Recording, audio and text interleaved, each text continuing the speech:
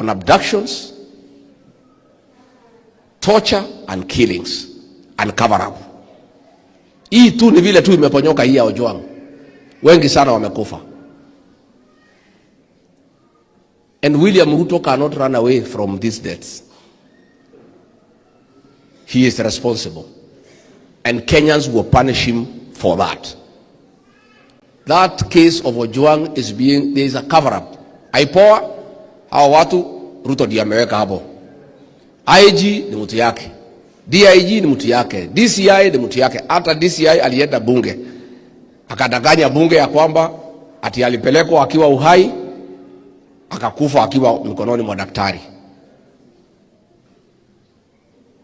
CCTV imeonyesha alifika amekufa. Akaketi hapo 24 minutes wakingoja tu because he is already dead. So that DCI must be prosecuted. That DIG must be prosecuted. And this is just a tip of the iceberg. And we are appealing to the international community to step in Kenya. The level of impunity by William Ruto, he has compromised all oversight bodies. The opposition has been swallowed. Ile Raila. Parliament is compromised, with except to a few leaders there. So international community must come in through for the people of Kenya to tell William Ruto, no, this is impunity, it's unacceptable, you cannot continue. Nimekuja na huyu Pastor Docas, mnamjua? Niliona juzi watu ya Ruto wakilalamika ati kwa nini mimi natembea na yeye. Sasa wanataka kunipangia mpaka vile nitaka na bibi yangu.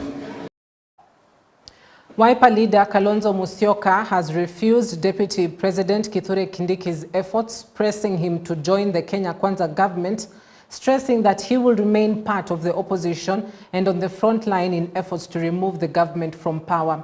Speaking during his visit to the Ukambani area, Kalonzo reiterated his stance, saying he should not be used as a bait to attract the Ukambani region voting bloc. The Wiper leader stressed that he remained intentional to run for president in the 2027 general elections and will partner with opposition leaders, including former Deputy President Rigathi Gachagua, to achieve a leadership change. This thing, I have no problem with Kindiki. I have a problem with William Ruto, who has misled in terms of the leadership of this country. Na nilimuuliza Mheshimiwa Raila, kama sasa 2013 mimi na wewe na Eugene na Martha karibu tuwawe, mbona wakati huo hatukuenda kusema 2013? Because what I did, kuniuliza mimi niwe co-chair na Kimani Ichung'wa kufanya mambo turekebisha angalau tuone vile uchaguzi ujao haitakuwa wa aina hii. Huku niambia wakati huo tufanye broad based. Sasa 2024, because Raila alisema aliona jamaa huyu Ruto karibu apeane serikali kwa majeshi, si angepeana 2023. So these are truths. Therefore, I will work with a truthful man called Gachagua.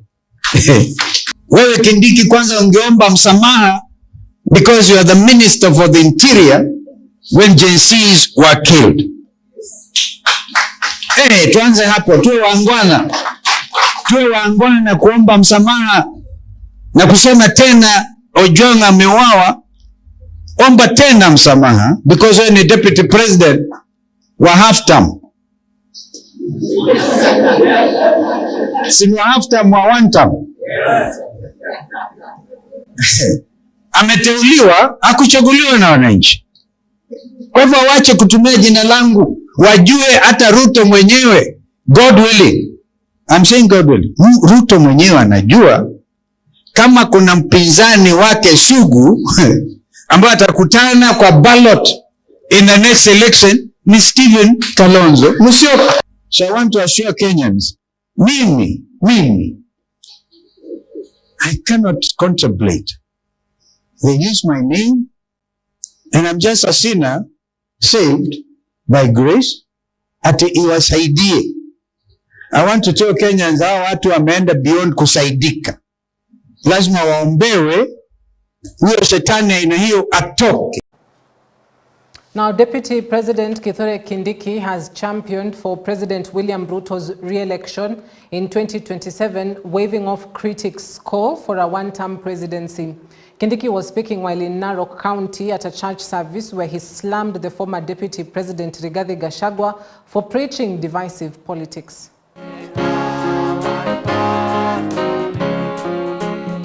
Na hatutaki vile nilianza kuchanganya maneno ya kanisa na mambo ya siasa. We don't want. Maendeleo sawa, lakini politics hii ya kubishana, ya kushindana, ya kufanya, we don't want those things in church. Mwenye anataka kupiga kelele aende pale kwa soko akapiganie kelele huko. Although also that is a useless way of doing politics. Ama namna gani? Watu wanatusumbua hapa, sijui nani ataserve term ngapi, sijui nani yako na term ngapi. Mambo ya kesho ni Mungu tu anajua jameni. Yeah, for now let us do what we must do. Kesho Mungu akiamua what God will allow, we will agree with the decision. Bana tisha hata na ujui mambo ya kesho, hata wewe ujui utakuwa wapi, au unatisha watu hapa kama wewe sijui ni nani. Si namna hiyo. Hata sijui nini. Sasa Mungu akisema William Ruto ataserve 10 years, utafanya nini? Utadu? Una kitu utafanya? Ama namna gani? Nilisikia wakisema hapa tu term, hapa tu nimesema tu term. Nikasema sasa hakuna mtu hata ametuma hao wanasema tu term. Si ni Mungu amewatuma jameni? Yeah, so watupatie break. Na unajua uzuri, mimi naambia watu ukweli. Tunatoka kwa serikali tuende wapi? Where do you want us to go?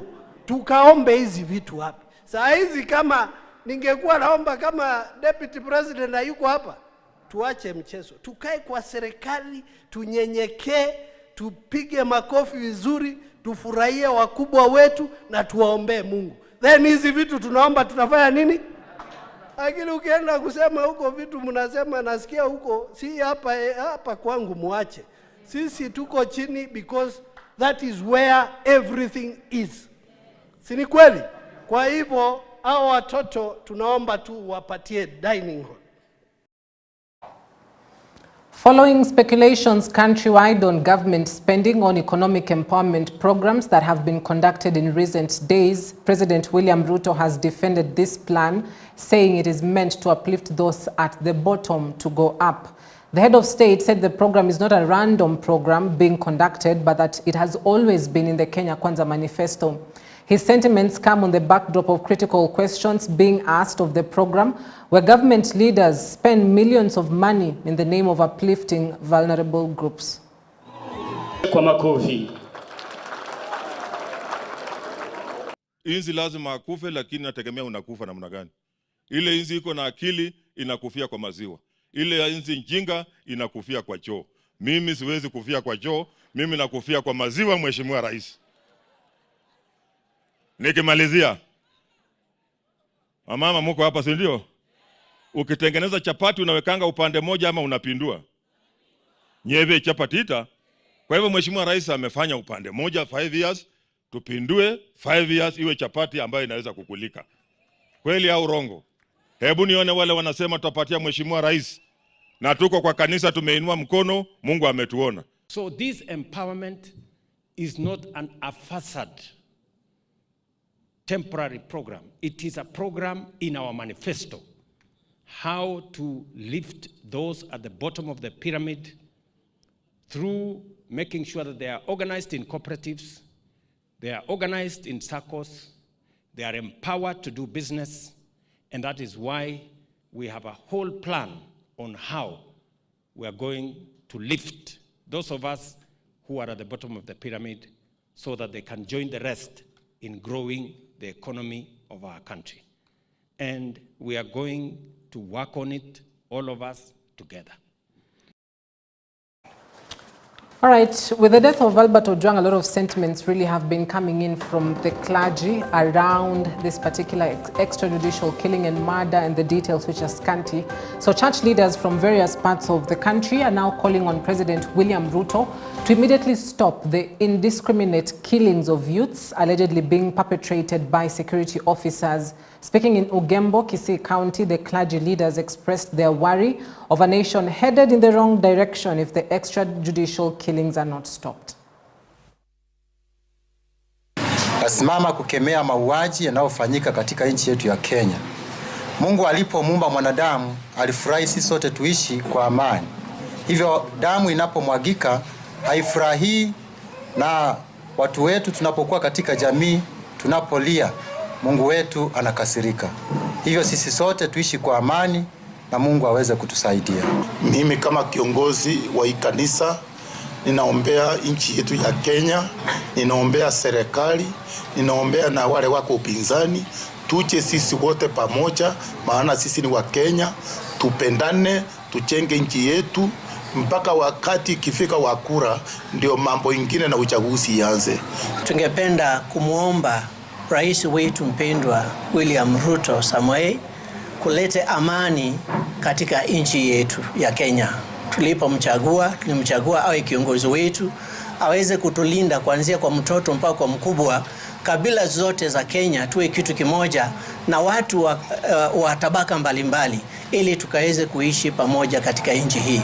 Kwa hivyo tunaomba ya kwamba tusaidie tuwe na amani, aweze kushirikiana na vitengo vingine vyote ili tuweze kuwa na amani. Aweze kuongea hata na wale wanasiasa wengine ili Kenya tukue na amani, ili tuweze kuishi maisha mazuri ambayo yatakuza kanisa na maadili mema.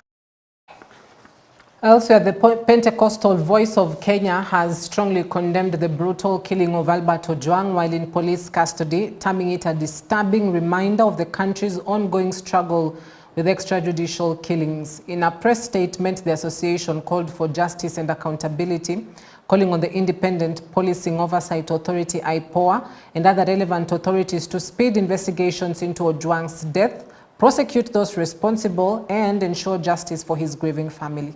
Of Kenya also demands that the government enacts and implements comprehensive statutory and policy reforms in the security sector that will put an end to these extrajudicial killings once and for all, and uphold the sanctity of human life.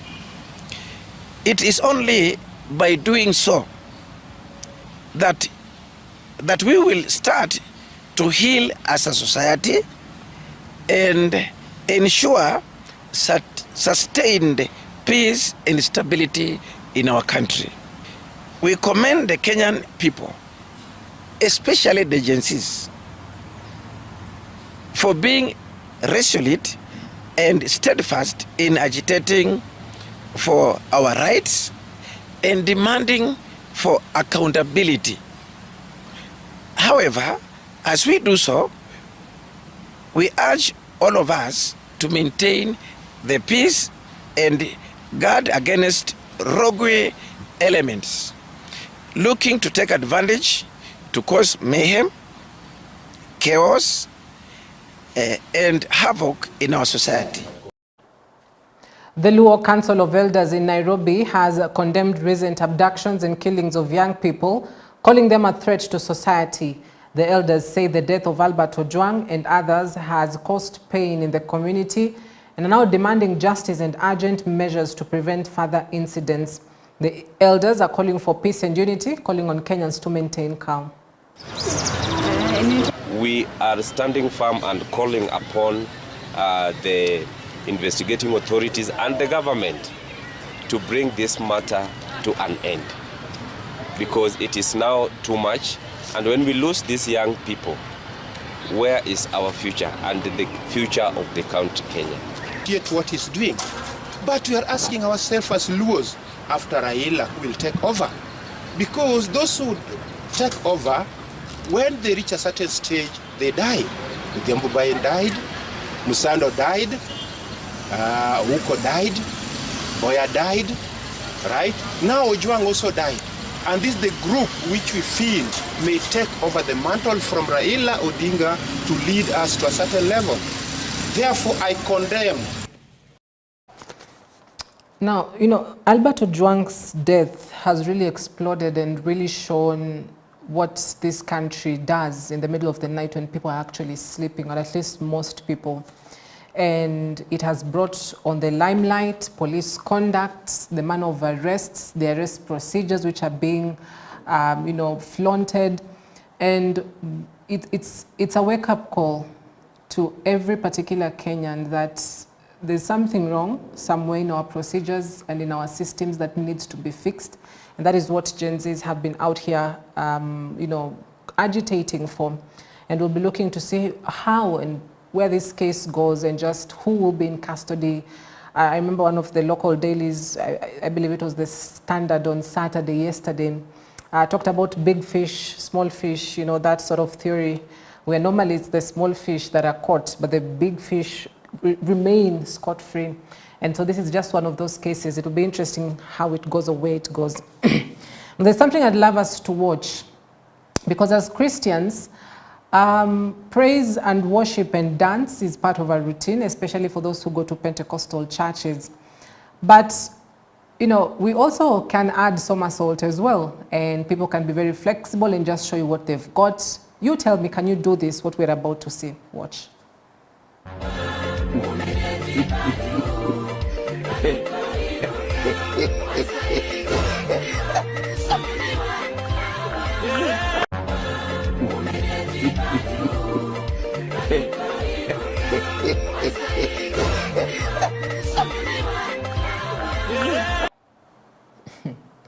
I personally believe that guy should be in gymnastics, literally.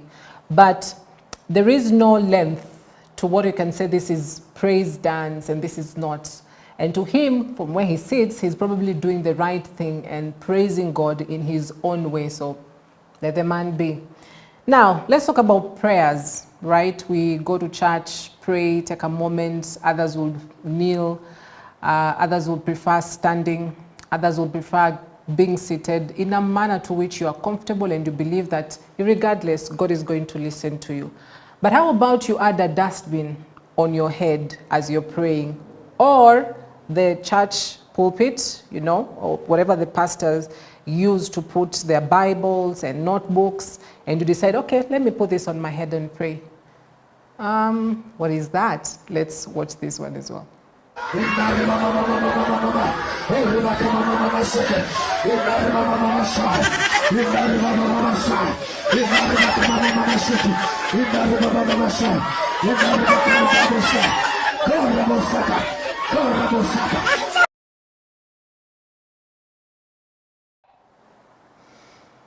Wow, the dustbin. I'm still trying to figure out what exactly that means, as well as the pulpit on top of your head. Is the guy not hurting from the weight? I don't know. I don't understand. I don't understand really. Because I believe when you kneel, when you stand, when you sit, whichever way, God listens to the prayer. But let's not do things which people do not understand, because the world doesn't need that. All right, up next, sports.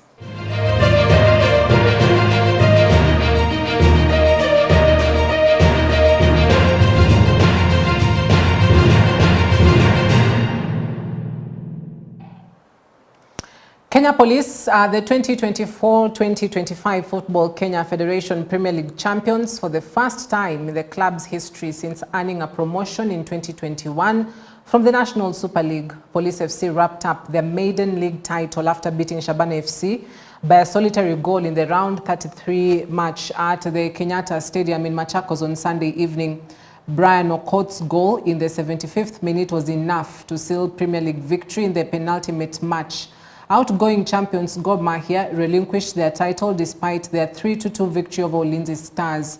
Police lead the table with 64 points as they head into their next weekend's final match against second-placed Gor Mahia, who are on 58 points. Kakamega Homeboys moved up to third place after a 1-0 win over Bidco United.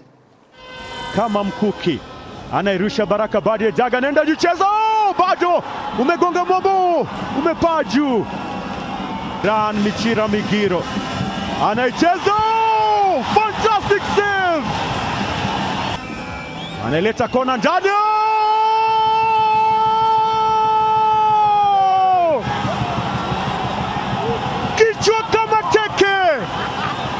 kweli kweli. Kona yake Tyson juu. Ni kichwa kama mkuki, ni kichwa kama teke.